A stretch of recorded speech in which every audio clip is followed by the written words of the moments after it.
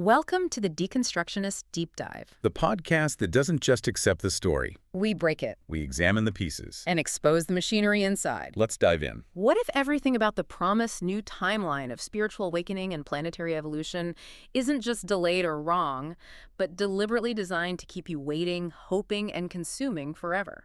Today is Friday, January 30, 2026. And I want you to do something for me. If you are listening to this in your car, look at the road.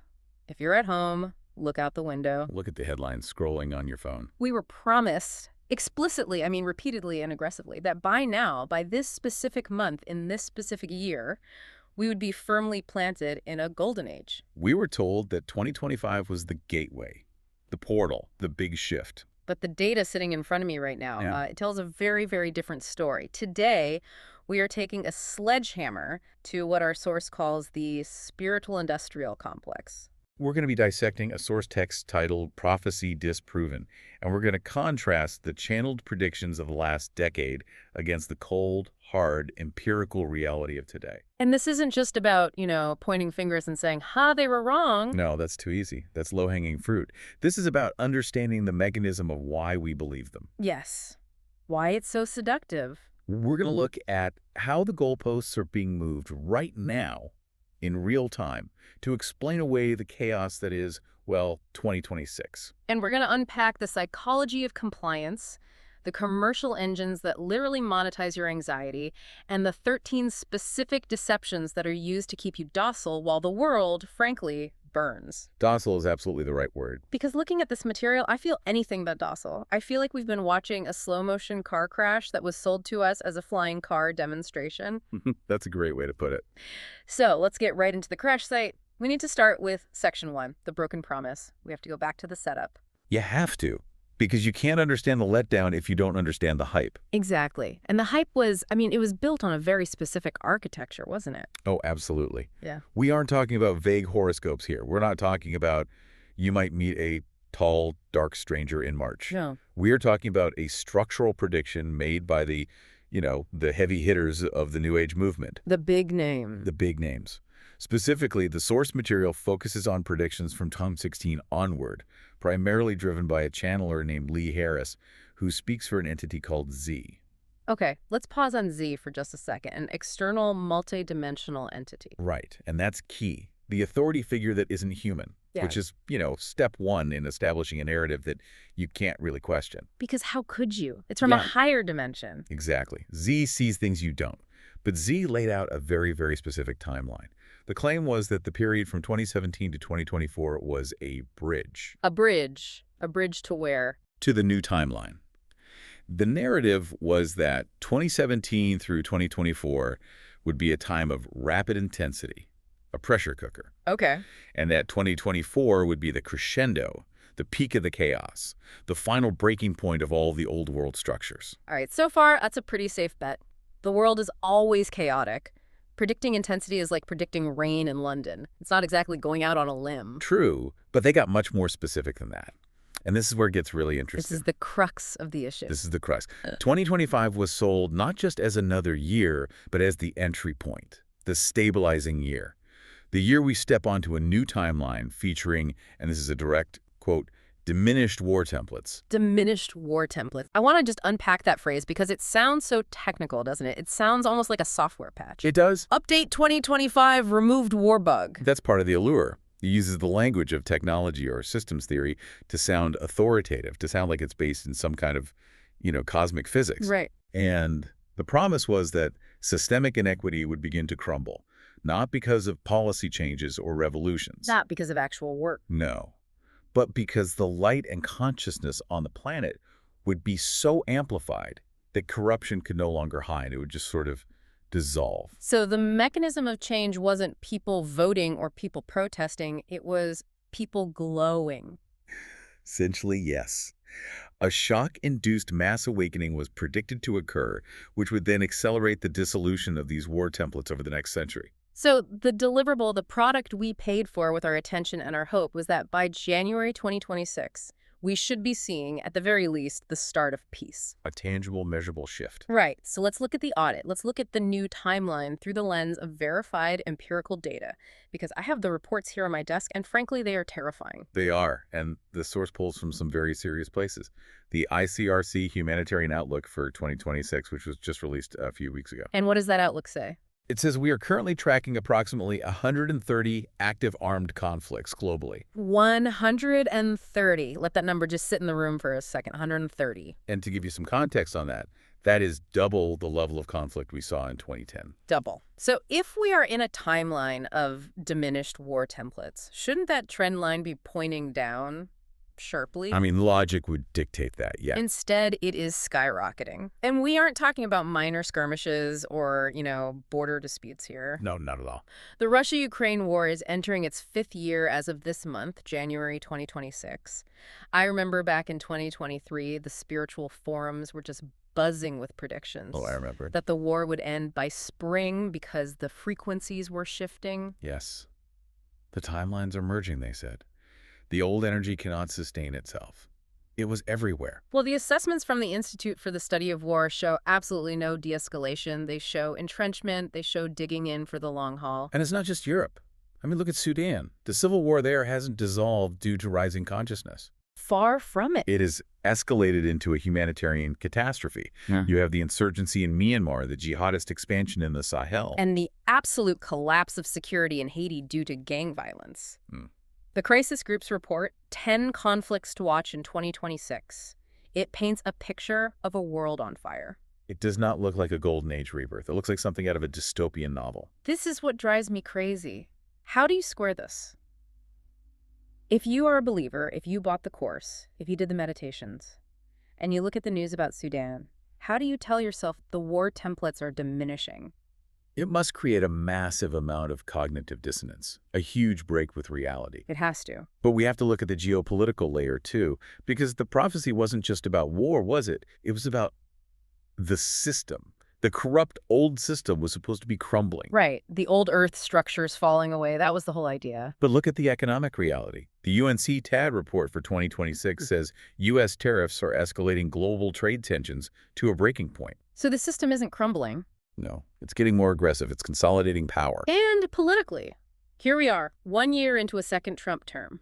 By this month, January 2026, Ballotpedia is tracking over 232 executive orders that have been executed. And regardless of where you or anyone listening stands on the political spectrum, we have to analyze the content of those orders versus the prophecy. That's the only thing that matters for this analysis. The prophecy predicted systemic equity reforms. It predicted a move toward unity, towards a more heart-centered governance. So are those executive orders focusing on amplified consciousness and equity? Hardly. The focus is almost entirely on military expansion, border hardening, and AI policy deregulation. It is the consolidation of hard power. The exact opposite. There is absolutely no evidence of the systemic equity or the peace that was prophesied for this specific timeline. The old world isn't dying. It's doubling down. So here's the verdict. We have the prophecy. 2025 starts the peace. And we have the reality. 2026 is twice as violent as 2010. There is no observable mass consciousness shift. The Council on Foreign Relations Conflicts to Watch 2026 lists over 30 high-impact risks. The prediction was empirically, objectively false. It was a lie. Or a delusion. You can take your pick. But, and this is the fascinating part, this is where we have to pivot to the second part of our deep dive. The followers haven't left. Why? I mean, seriously, why haven't they left? If I sold you a car that didn't have an engine, you'd return it. You'd sue me. Because belief systems don't work like car dealerships. When a prophecy fails, a cult or a spiritual movement doesn't just pack up and go home. They reframe. They reframe, they spin, and this brings us right to section 2. The pivot. The pivot. I love that term. It sounds like a startup strategy, but here it's just a euphemism for gaslighting, isn't it? It really is. Let's talk about this energetic reorganization. This is the new phrase that's being bandied about in the January 2026 forecasts from the Harris ecosystem. It's a classic move in sociolinguistics. Since the external world didn't change, since the wars didn't stop, they have to change the definition of the prophecy. They can't admit they were wrong. They can't. So they claim the prophecy meant something else entirely. So Lee, Harris, and Z are now framing 2026, not as the golden age we were promised, no, but as a year of Energetic reorganization. Energetic reorganization. That is just incredibly convenient. It sounds like corporate HR speak. We aren't firing you. We are engaging in energetic reorganization of your role. It really does. But look at the mechanism they use to sell it. It's clever. They're using numerology as a distraction. Ah, the numerology. They're pointing out that 2026, if you add 2 plus 2 plus 6 equals 10, Yeah. which of course reduces to 1. A universal year one. Exactly. Which signifies the start of a new 9-year cycle. Wait. That is brilliant in a twisted way. It effectively resets the clock. It does. Yeah. It completely erases the failure of the 2017-2025 prediction by saying, oh, actually, we're just starting now. That last decade, that was just prep work. The real count starts at year 1. It just wipes the slate clean. It's a get-out-of-jail-free card. A total reset. And the narrative trick they are using is to frame the continued chaos, the 130 wars, the trade tensions, not as a failure of the prophecy, but as evidence of its success. As truth-telling. Yes. They argue that the chaos is just the old structure collapsing. They say, look at all this war. It proves the old ways are dying. The light is shining on the darkness, and that's why it looks so ugly. Which is completely 100% unfalsifiable. That is my biggest gripe with this logic. If there's peace, the prophecy is true. And if there's war, It's just cleansing or collapsing, so the prophecy is still true. You literally cannot lose with that logic. It's a rigged game. that is the definition of a closed belief loop. There's no way out. And this connects directly to what our source calls deception typology, #1, timed prophecy. And there is a historical parallel here that we just cannot ignore. We have to talk about Millerism. The 1840s. The Great Disappointment. Yes. William Miller convinced thousands upon thousands of people, estimates say up to 100,000 Americans, that the world would end, specifically on October 2010, 1844. And these weren't, uneducated or stupid people. No, not at all. They were farmers, teachers, devout, thoughtful people. They sold their possessions. They didn't plant crops for the next harvest because they genuinely believed they wouldn't need them. Some of them climbed onto their roofs dressed in white robes to wait for the ascension. Can you imagine that scene? It's heartbreaking to even think about. Standing on your roof, waiting for gravity to just stop working for you. And then the sun goes down, and then the sun comes up on October 23rd. And the world is still there. The birds are singing. The crops you didn't plant are missing. Your neighbors think you're insane. It must have been just devastating. But here is the key point. They didn't all call him a liar. They didn't say the math was wrong. Well, a few did, and left, of course. But the core group, They rebranded. They called it the Great Disappointment, or a calculation error. They spun it into a new theology, that the cleansing happened in heaven, not on earth, which eventually became the Seventh-day Adventist Church. So the failure of the prophecy didn't kill the movement. It actually mutated it. It made it stronger in some way. Exactly. This technique outsources the future to failed deadlines. It keeps the follower hooked on the next state. Okay, 2025 didn't work, but wait for 2026. Wait for the year one cycle. Yes. It prevents you from ever having to look at the current reality because you're always living in a hypothetical promised future. It suspends you in a state of permanent anticipation. You're never actually here. You're always waiting for the shift. And that suspension of the present moment is what allows the psychology of compliance to take root. Okay, this brings us to section 3. We have to look at why we believe this stuff. Because it's not just about being gullible, is it? It's more complex than that. No, and that's a dangerous misconception. Mm-hmm. Skeptics often think, oh, those people are just stupid. They aren't. They are emotionally vulnerable, and they're being manipulated by very sophisticated psychological hooks. The source material talks about something called duality framing. This is the emotional roller coaster concept, the push and pull. It is. The narrative constantly oscillates between golden times, which creates hope, and shocking challenges, which creates a sort of controlled fear. It keeps your nervous system engaged. Totally. It's an addiction loop, and it's very similar to how gambling works. Explain that. How does that parallel work? Well, if things are going well in your personal life, you got a raise, the sun is shining, you think the prophecy is working, the golden age is here, I'm manifesting. It confirms your belief. It confirms the hope. But if things are bad, if you're looking at the news about Sudan or you just lost your job, the narrative has an answer for that too. Right. It tells you this is just a shocking challenge necessary for your growth. This is the clearing before the breakthrough.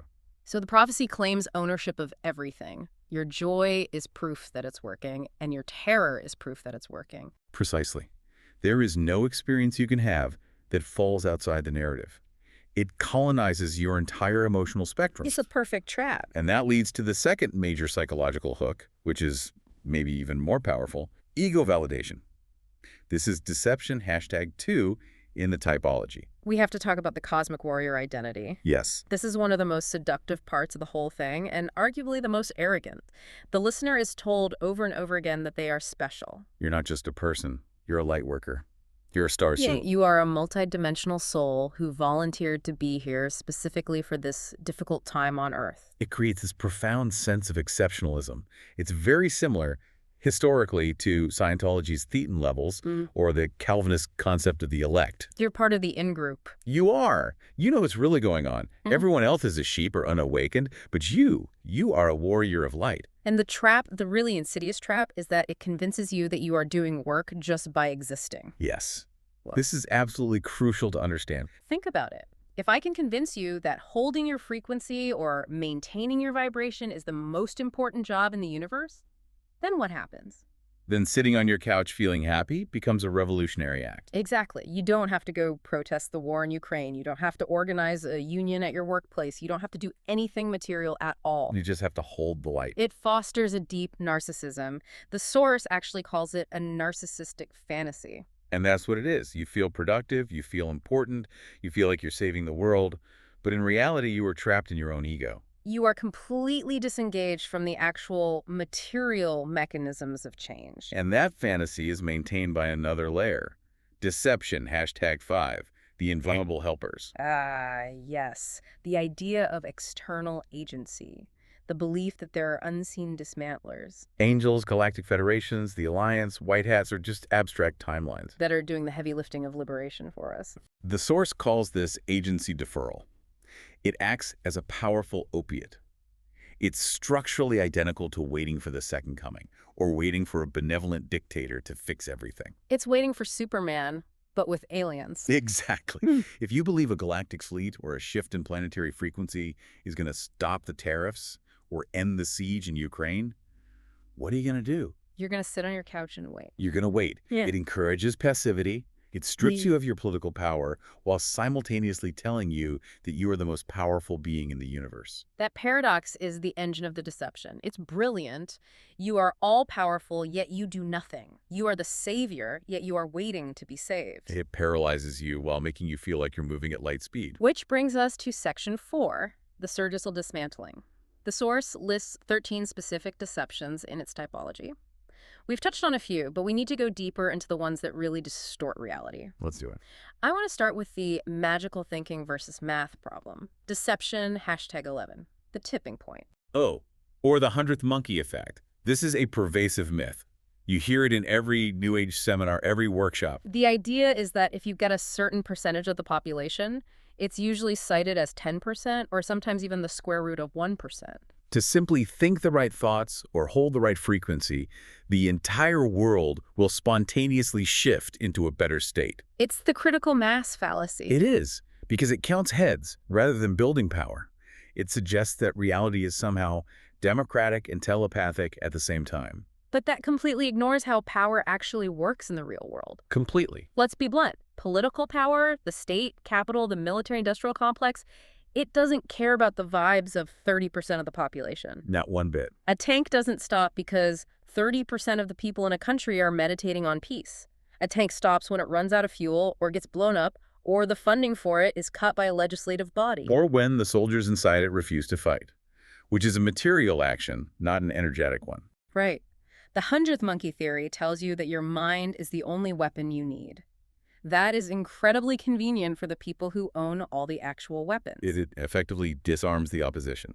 Don't organize, just meditate. If I were a dictator, I would fund these podcasts. I would want my entire opposition to believe that they could overthrow me by sitting in a circle and humming. Chuckles. Yeah. That's a dark thought, but historically not inaccurate.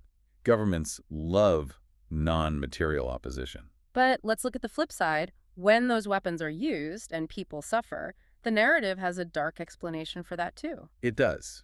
Deception #4. Suffering is karma or ancestral repair. This one makes my blood boil. It frames suffering, real suffering, genocide, poverty, war, as a karmic choice or a necessary clearing. It's profound victim blaming disguised as spiritual wisdom. It is. If you look at the source, it compares this to how the caste system in India was historically justified, Right. or how religious inequality is maintained for centuries. Right. If you believe a child in a war zone is there because their soul chose it for karmic clearing, or to balance the scales from a past life. Then you don't have to feel bad about it. And more importantly, you don't have to do anything about it. Exactly. You numb your empathy. You absolve yourself of the responsibility to help. You can look at a massacre and say, well, they're working through some heavy ancestral stuff. Who am I to interfere with their soul's journey? It's grotesque.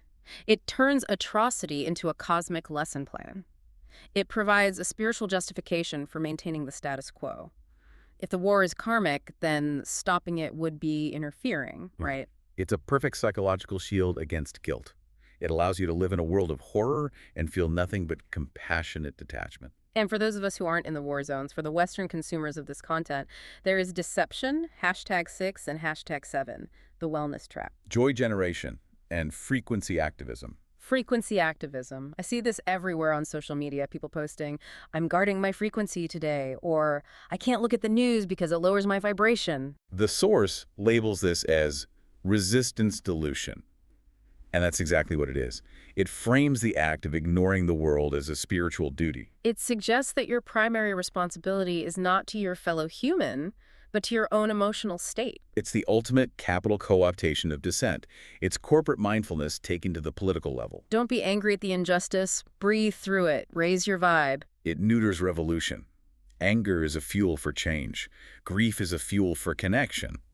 If you pathologize low vibrations like anger and grief, you strip the population of the emotional energy needed to fight back. If the most radical thing you can do is take a bubble bath and listen to a mantra album, then the system is perfectly safe from you. You aren't a threat to the power structure, you're just a customer in the wellness industry. And that leads us to the epistemology of it all. How do they get us to accept these huge logical fallacies? It comes down to deception, #10, channeling as truth. This is the anonymous authority principle. Explain that dynamic. What does that mean? Well, when you listen to Z or any other channeled entity, you are accepting information from a source that cannot be vetted. It cannot be questioned. It has no credentials, no history, no physical address. None. But it holds absolute authority. Because it's divine or Right. multidimensional. Right. It creates a cult leader dynamic without the physical leader. You cede your critical thinking to an oracle hotline.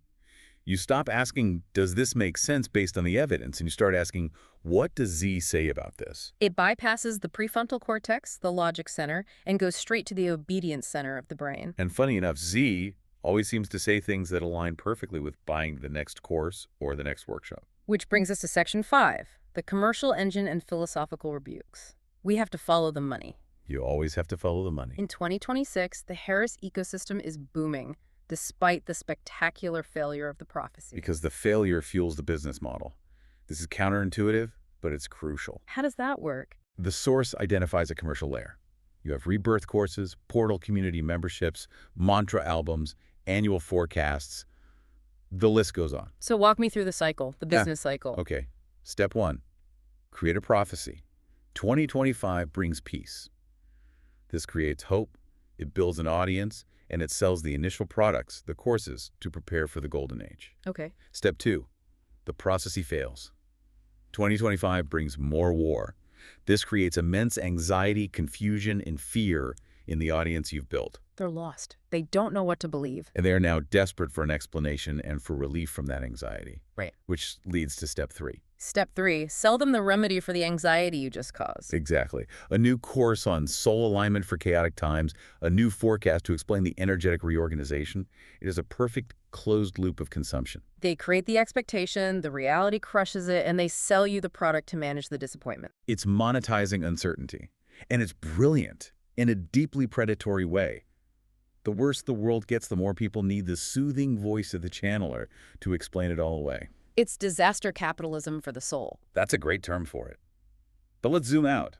We need to ground this critique in something more solid than just our own analysis. There are serious philosophical problems here. And the source brings in some heavy hitters to back this up. The analysis guide section, it references Stoicism, for one. Yes, Marcus Aurelius. He wrote extensively about what the source calls Stoic cyclical folly.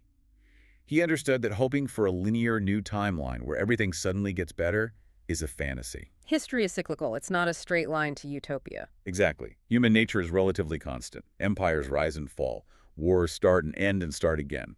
The Stoic approach is to deal with the world as it is, not as you wish it to be. This New Age approach is the opposite. It's the polar opposite. Yeah. It's to deny the world as it is in favor of a comforting fantasy. It's the opposite of wisdom. It's a flight from reality. And then there's Foucault. The source brings him in. Prophecy stabilizes authority. That's a crucial insight from biopolitics. By claiming to know the future, the channeler asserts power over the listener. It's a power dynamic. If I know what's coming and you don't, I am the master and you are the student. It creates a hierarchy that keeps you dependent. You can't make decisions for yourself because you don't have the intel from the ninth dimension. You have to keep coming back for the next update. And Adorno, the Marxist critique, he would have a field day with this. Oh, Adorno would have written a book about light workers. He talked about the culture industry, but this is the spiritual industry. He would argue that focusing on cosmic work is a perfect distraction from material struggle. It's the opium of the people, updated for the digital age. Precisely. Instead of religion promising you heaven after you die, this new spirituality promises a new earth if you just wait a few more years and buy the next course. It serves the exact same function. Keep the workers quiet. Keep them from questioning the material conditions of their lives. And the source also mentions the neoliberal critique that self-care is rebranded as a primary purpose. This is deception #13. Personal precedes collective. That's the put your own oxygen mask on first logic, but applied to the entire world. But the logic falls apart on a global scale. If everyone is just sitting in their seat putting on their own masks, nobody's flying the plane. The plane crashes. The plane crashes. It commodifies wellness, and it isolates the individual. You're alone in your room manifesting, while the systemic crush of tariffs, war, and climate change happens right outside your window. It breaks solidarity. That's the real danger. It turns us into millions of isolated frequencies instead of a collective political force capable of making actual change. So we arrive at section 6, the ultimate synthesis. We have to pull all these threads together. What is the keystone deception? What is the one core lie that holds this entire house of cards together? I think the source is very clear on this. The core lie is that external cosmic forces are the liberators. The lie is that help is coming from above. From the stars, from the timelines, from the energy field, from anywhere but us. And the reality? The reality is that material structures, state and capital, are what perpetuate the Ukraine war. They are what drive the Sudan crisis.